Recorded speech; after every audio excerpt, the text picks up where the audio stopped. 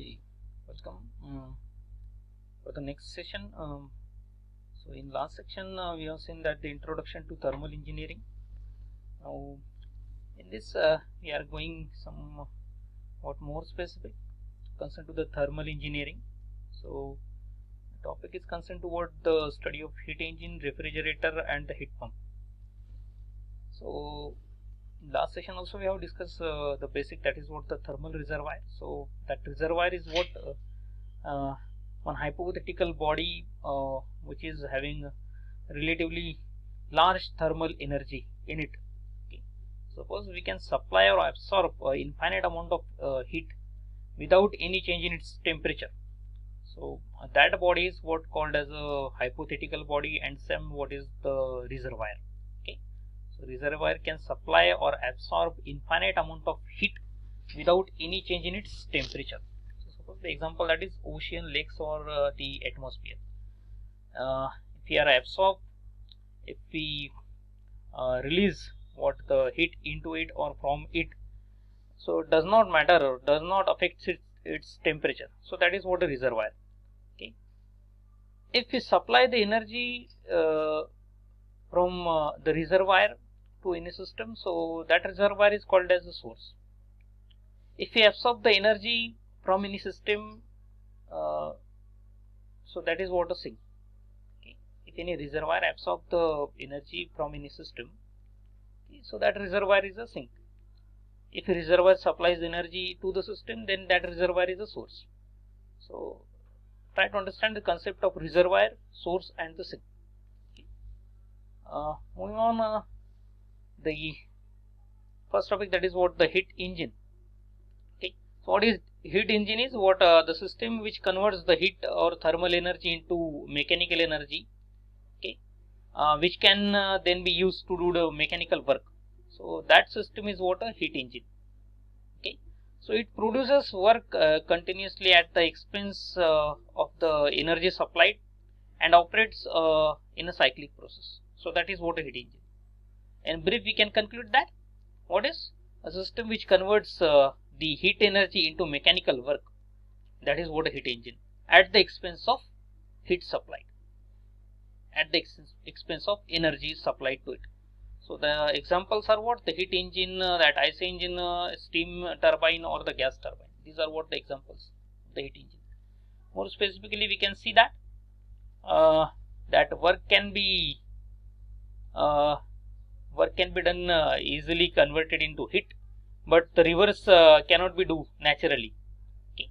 So work can be converted into what the heat, but heat cannot be converted easily into what the work.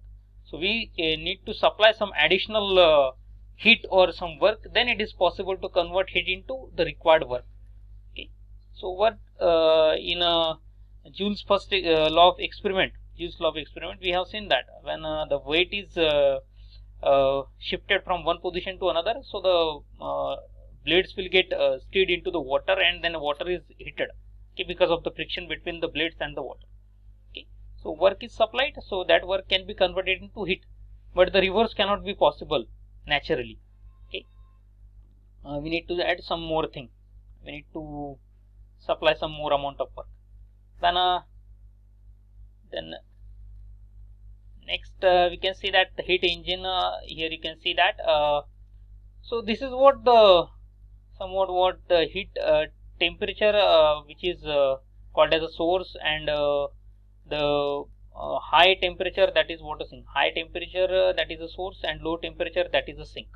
Okay, high temperature is source and low temperature is a sink. Okay, and in between there is a heat engine which is giving you what the work net. Okay, W net out, that is the work output. Okay, so amount of Q in, that is supplied from the high temperature source, and amount of heat rejected, that is Q out to the low temperature sink. Okay, so the difference between Q in and Q out, that is nothing but the work output. So heat engine converts part of Q in into W net output and reject the balance it to the sink. So that we can justify from this figure. In this again, the net work output of the heat engine is given by W out minus W in. Okay. But as the heat engine is a closed system, so we can say there is negligible amount of internal energy. So we can conclude that W net out is equals to what? The Q in minus Q out. W net out is equals to Q in minus Q out. So whatever the work output that you are getting, that is nothing but the difference between heat supplied, okay, that is from a high temperature, okay, to the heat rejected to the atmosphere, Q in minus Q out. I will again show you this figure again. What is the Q in minus Q out is what? The W net, that is work output. So the difference between Q in and Q out is the W net out. Okay. So Q in is from high temperature source, Q out is to the low temperature sink. So you can see the difference between source and sink. Okay. If you are supplying energy from reservoir to the system, then that reservoir is called as a source. If you are rejecting heat energy from system to the reservoir, then that reservoir is called as a sink. Be clear about these fundamentals. Now for any system there is having a efficiency, so we are well known about that. The efficiency is nothing but the ratio of what? Output to input. Okay, so in this case heat engine, what is the ratio of this thermal efficiency?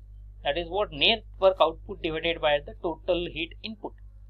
Okay, whatever the output that you are getting divided by the heat supplied, that is heat input. So W net out divided by Q in. Okay, but we know that W net out is equals to the difference between heat supplied to the heat rejected, that is Q in minus Q out. Okay, so thermal efficiency is given by then 1 minus Q out by Q in, as W net is equals to Q in minus Q out. Okay. Here is also we can see that in this figure, high source, high temperature source supplying Q in 100 kilojoule to the heat engine, okay, and heat rejected, that is 75 kilojoule to the sink. Okay, so W net is equals to 100 minus 75, that is giving you what? 25 kilojoule. We are talking about the efficiency. Then this W net out is equals to work output that we are getting divided by 100, that is what? The heat supplied. So giving you what? Efficiency is 0.25. A second example, again heat supplied is again 100 kilojoule, okay, heat rejected is 65 kilojoule, and then the W net out that we are getting, that is what? The 35. 100 minus 65, that is 35. We can also find out the efficiency, second thermal efficiency, that is 35 divided by 100, that is 0.35. Okay, or we can say in terms of percentage, that is 25 or 35%. Now this violates the Kelvin-Planck statement, which has said that it is not possible to construct a device whose sole effect is to convert equal amount of energy into equal amount of work. So definitely in this figure also we have seen that some amount of heat is rejected to the sink. Okay. Now moving on, that is the refrigerator and heat pump. So these two devices we are using in a domestic appliances. Refrigerator is well known to you. Concerned to heat pumps, we can consider the example of what? The heater, room heaters in a winter season that we are using, room heaters. Okay, so that to warm up the room, to feel somewhat comfort atmosphere, okay, we are using what? The room heaters. Okay, so you can see the difference, that refrigerator maintains the refrigerator space at a low temperature by removing heat from it. Rather, the heat pump maintains the heated space at a high temperature. What? Again I will repeat. Refrigerator maintains the refrigerator space at a low temperature.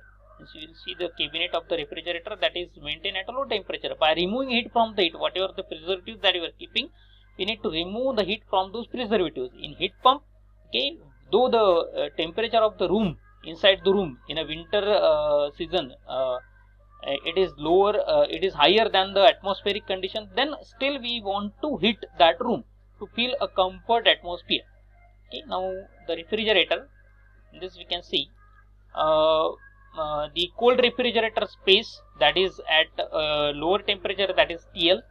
Okay, we are absorbing heat from this cold refrigerator space, okay, by flowing what? The refrigerant as a medium into the refrigerator.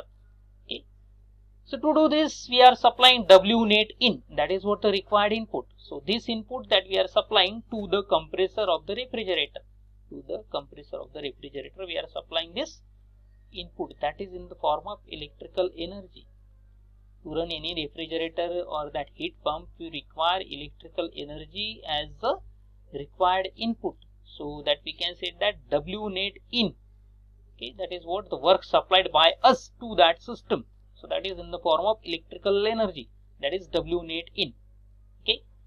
Okay, and by absorbing the heat from those preservatives, we are releasing this heat to the warm surrounding. That is what TH.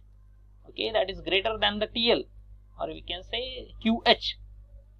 Okay, so this heat absorbed from the preservatives is released to the atmosphere, warm surrounding. Okay, and then we are getting cold refrigerator space at a required temperature, that is a maintained temperature. So that is our desired output in this case. See the difference. Okay, here the desired output is what? The cold refrigerator space at a lower temperature. So refrigerator removes heat from a cooled space and reject heat to the ambient, to the surrounding, which is already at a higher temperature, definitely. If you compare the refrigerator which is at a lower temperature and the surrounding temperature is higher, still we are doing this. Okay, because we are supplying some work input, that is required input to it. Okay, otherwise it is not possible, because the law of thermal engineering says that temperature can be moved from higher temperature body to lower temperature body, but we are doing somewhat reverse here. We are transferring heat from low temperature body, that is from cold refrigerator, to the warm surrounding. So to do this, we are supplying some additional amount of work to the refrigerator. Now heat pump, you can see the cold environment at a lower temperature. Okay, and the warm heated space which is at a higher temperature. TH is greater than TL, definitely. But in this case, you can see the desired output is what? The QH. So we are supplying this heated air to the warm room or to the room.